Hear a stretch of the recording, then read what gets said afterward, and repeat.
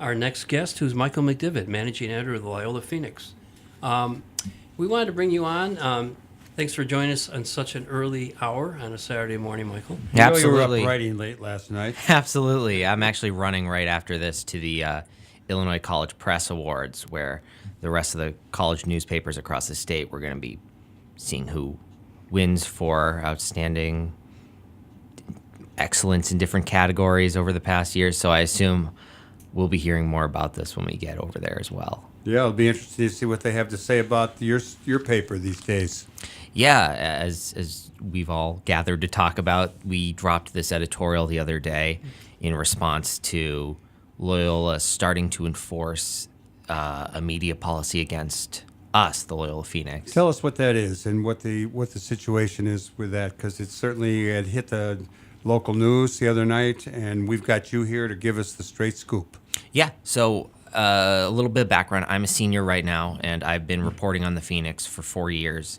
And when I started as a freshman, you could be assigned a story and you'd be able to go and send some emails out, go and approach professors for sources. You could talk to administrators. You could reach out to basically whoever you wanted to, and some would respond, some wouldn't, but most would respond. Under this policy, that is no longer allowed.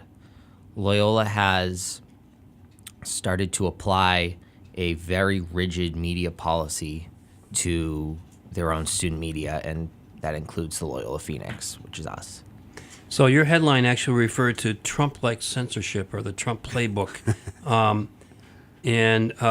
Besides dominating social media and national headlines for whatever he woke up concerned about this morning, what's Trumpian about this particular approach to information management by the university as you see it? Yeah, absolutely. And actually, I don't know if you two know, but Loyola President Joanne Rooney actually in public responded to this editorial the other day at a pizza with the president with a group of faculty involved, something that they hold pretty regularly. One of the main things she addressed was this editorial, and she said she was disconcerted, I think was the word that one of the professors told me she used, that she had been compared to Donald Trump. But people listening need to know that we don't make this comparison real lightly. And in fact, it's a comparison that we drew after viewing, which is mentioned in the editorial, this video seminar that they held for professors on how to deal with reporters. And the gist of that seminar is that they paint almost all media as manipulative, out to make you look as bad as possible. They talk about if you say something off the record, then actually that doesn't really mean it's off the record anymore, which is not true. And they talk about reporters. You got to be careful when you're talking to these reporters because you never know how they're going to edit your interviews and cut up your quotes and twist your words, which is just absurd that they would just suggest that that's a common practice in the media. And it's really dangerous stuff to be suggesting, not just against the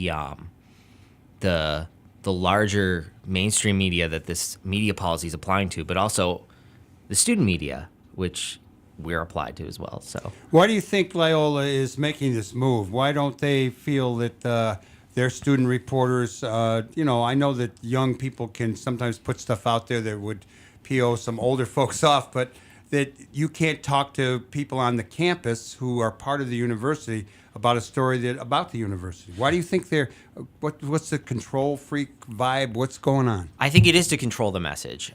We can't say for sure why the Loyola Phoenix has been roped into this policy in recent weeks, but what we can guess is that, in the past few years that I've been here, the Loyola Phoenix has increasingly been doing a lot of better investigative stories. It's more interesting to read than it used to be, I'll tell you that. Yeah, and we don't do that as a way to get the school. We do that because we see that as our responsibility to bring light to problems that students may be having.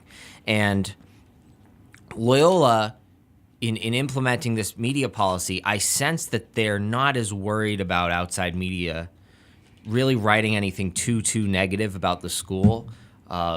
I mean, when the faculty union stuff was going on last year, I think that was as close as they came to having an outside media force kind of giving a critical eye to them. But because we're student reporters writing about this stuff, and we say this in the editorial, we're going to be hitting on criticisms that are going to be coming from students from within. And instead of seeing that stuff as problems that could be addressed, Loyola takes it as a negative opportunity. Loyola takes it as a negative tarnishing of, and I'm going to use the language they use in their webinar, a negative tarnishing of their brand, which is what they really hit on. They're not a university; they're a brand. So they're trying to manipulate the media too. They are, and even while they're criticizing the media for supposedly manufacturing quotes or manipulating. Yeah, and we point out in this editorial that it's fair that this media policy has been implemented because they were getting a lot of media attention during March Madness and in the months after, and it When would make Loyola really they went to the Final Four. Yeah, and Basketball. And as great as that was, and as great for the school in terms of media attention as that was, I can see how they would want to make sure that there was a uniform message getting out about this. But what's also happened, I think, is they've gotten really obsessive about how they're portrayed in the media. So the story in question was a student sending a letter, which you published in the editorial, which seems like a pretty straightforward pitch to a source. Your name was recommended to me. I'm doing a story on how many women are enrolled in STEM programs at Loyola. You would think an upbeat story, a positive story, and yet Women the in marketing science. department was upset because you didn't go through them to get the stats. And this is an extremely common practice on the Phoenix. And I remember when I was a freshman, when I was leading some of the sections, you would get a story assigned to you, and you would get it on Sunday night. And Sunday night or Monday morning, you would email a few professors to see if they could talk to you. That's like the first thing you would do, see where you could go from there. Now, this freshman reporter, this is exactly what she did. She's following the basic tenets of journalism, and she gets this angry email. I'll categorize it as angry email back from Evangeline Politis, the university spokesperson, and it says that her methods were disrespectful and unacceptable, which we disagree with. Michael, we're talking with Michael McDevitt, managing editor of the Loyola Phoenix. What has been the response since you guys were on the local news? You were on all the local channels, or at least on NBC, I believe, the other day, talking about this. I think the editor was talking about it. Any new stuff from the university about it, or are they buckling down or hunkering down or whatever? I may have actually a few things about that, but honestly, I'm not surprised that people have been receptive to it, but I've been really warmed by the amount of support and sympathy that we've gotten, because this is, and I was talking to a class of journalism students the other day. One of the professors wanted to talk about this, and I said that our goal is not to have people pity the Phoenix, but they need to know what's going on so that they understand the stake that not just we have in it, but that lots of students have in this. But there's been petitions of support for us. There's been a lot of media interest in doing larger stories about this. I'm constantly surprised at seeing these national outlets like NBC5, I mean, local outlet, but also national outlets like Newsweek did something on us. And Nice. And in reading the Newsweek thing, I was like, yes, they get it. They're mentioning kind of, it's not, typically when you put out something like this, the fear might be, we're going to be portrayed as whiny college students against our administration. But there's a vindication in that people are getting that this is a free speech censorship issue, and that's really been fulfilling. But in terms of the response from the school, like I said, Rooney said to faculty members the other day that she was disconcerted about being compared to Trump. She went on to defend the policy, but I think said that it's constantly evolving, so they'll look at, maybe they need to do something, but there's no indication yet. We have actually reached out to Rooney and told her that we'd like to sit down with her as an editorial board and ask her some questions about this, because if she's responding to faculty, then surely she can respond to the people who wrote this. So we've been told that we're going to get an answer on Monday on whether or not we're going to sit down with Rooney or not. That would be good for us if she sat down with us, because the aim of this editorial is to change things, because we can't do our jobs if it's like this. Do you think that this university policy will also affect this radio station, WLUW? I mean, should we be concerned? I don't know. I think you would have to. It's a case by case basis. We were sent this media policy a few weeks ago, and it had been established since like February of last year, and it had never applied to us. And we were sent it a few weeks ago, and just be aware of this.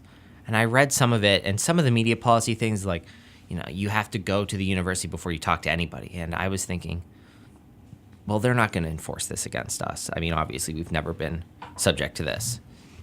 But sure enough, we have been. I mean, I've heard it's not just the Phoenix, like I said, it's other student outlets here that are also being routed through university marketing. In fact, I was doing a project for a journalism class last year, and I got routed to university marketing after trying to get to a professor. As a Loyola alum, as a former journalism professor at Columbia College, were you on the Phoenix? I wrote for the Phoenix You as did? a junior and senior, yes. Are you proud of the direction it's going in right now? Absolutely. I was incensed. We're rooting for you. That means a lot. We're for you guys. I was incensed at this policy. It not only is poor public relations and marketing, it's fake news in terms of how journalism is practiced. And so I'm afraid this Jesuit university is guilty of malpractice when it comes to the First Amendment and its ability to teach students what it's all about. Although I also look at this as a learning moment, and the way you folks have taken it on, it's a very strongly written editorial, but it is very much backed up, as good reporting does, by some facts. And I think we will continue to pay attention to this. We are willing to talk to administration, to have them on the radio show to tell their side if they want, but this kind of stuff went on at Columbia too, and here's the practical thing. They can try to control their branding all they want, but students are students, and we are Americans with First Amendment rights, and we're going to practice them. This is a national issue, too. I mean, a lot of student papers around the country have been dissed by the administrations. Mm-hmm. Well, this administration in particular is dissing even mainstream reporters, so that's another whole issue I don't even want to get into. But if it starts at this level, where a student-run newspaper doing an upbeat story about the number of women entering the STEM program, and they can't talk to the professors involved without going through administration, that's ludicrous. I understand where the policy comes from, but I support the students in their effort to try to protect I'd your agree First with you Amendment there. rights. Yeah, it's. So looking forward to other news. Are you folks going to be doing any mayoral or aldermanic endorsements? Yeah. Actually, endorsements. You've had some great coverage of the 49th Ward We've debate. honestly rarely endorsed anybody. I don't know if we will, and I mean, I am on the editorial board, but I can't speak for the whole board. I don't know if we're going to be doing any endorsements. What I can tell you is that if you've been following our coverage from week to week, there's 4 Loyola alums who are all running in the crowded mayoral election. Yeah. And we've done 2 of them so far. We've done Daly and Ford, and I think we've got another one coming out this week. I forget who they talked to, but the next one is coming out this Wednesday. So. Well, Micah McDevitt, managing editor of Loyola Phoenix, thanks for taking the time this morning to come in and talk about your latest editorial snafus with the university, and good luck in the struggle for the First Amendment. And we'd Thanks like for to having me invite on. you back anytime you got a hot story you want to come on and talk about on the air, because I think that the relationship, the closeness between our show and certainly this station and the student paper ought to be closer and closer. Yeah, thank you. Thanks for having me on. I appreciate it. You're listening to Live from the Heartland on WLUW in Chicago at 88.7. Please like us on Facebook.